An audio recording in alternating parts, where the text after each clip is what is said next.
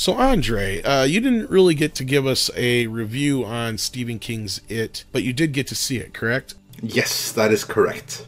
What'd you think about the movie? I liked it. I liked it a lot. I think it was not quite as good as all the hype at the time, but it was one of the better Stephen King movies out there. So I enjoyed watching it, and I look forward to the sequel. Speaking of the sequel, we have some sequel news. It was reported a little while back that they were courting Jessica Chastain for an adult role of one of the children from the first film, and that now has been confirmed. And we also have news that they are in heavy talks with James McAvoy, of course, of X-Men First Class fame, and Bill Hader, of course, from Saturday Night Live, to play Bill and Richie, respectively, in the film, if you're familiar with the characters, of course. I liked the movie, all right. I did do a review. I have a few issues with it, but other than that, like you said, it was kind of surprising the response the film got, and we'll get into a little bit more about that here in a little bit. But first, I want to get your reaction to this casting news. What do you think about these guys taking on these roles, and of course, what do you think about Jessica Chastain, who's kind of a no-brainer, it seemed like, from the start?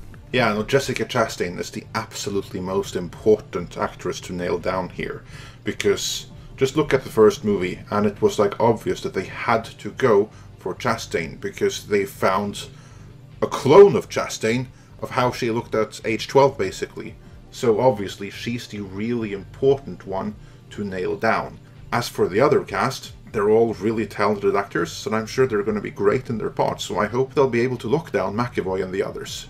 I'm not sure if I can see McAvoy in the part. He's one of those actors now that's kind of a little bit bigger than the roles he's taking in a lot of times, especially now that he's been in the last few X-Men movie and most people know who he is now. He's the only one I'm kind of a little on. But Hader, I love Bill Hader. He's hilarious, and I don't think you could probably find a better choice for Richie Tozier, because he's hilarious, but he's got a dark side, which is kind of what they're going to need here. And they do start filming in July, which has me kind of just like, why didn't they film these back to back? I thought that was the original plan. And then you would think that it was kind of a no-brainer and it would save you so much in the end.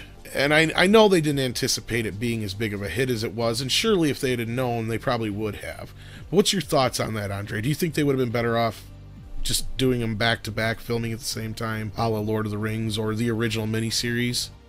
In retrospect, they would obviously have been so much better off filming them back-to-back. Like, just imagine how much money the sequel would have made if they had released it this Halloween, instead of the next one, which is what it's looking at right now. However, and this is the thing to keep in mind, because, yeah, now, with the benefit of 2020 hindsight, it's obvious that that's what they should have done.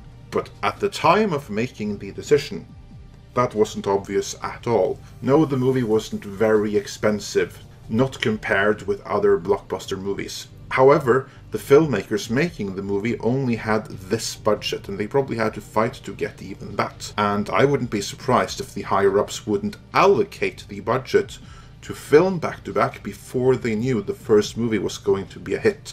Because it's always a crapshoot. It can look like it's going to be a massive hit on paper, and then it flops when it comes out. Maybe people would hate the new Pennywise and the movie would flop completely. If that had happened, it would really have sucked if they had already invested in a sequel. So this way they played it safe.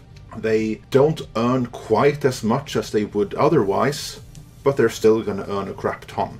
And they were able to reduce their own risk while doing it.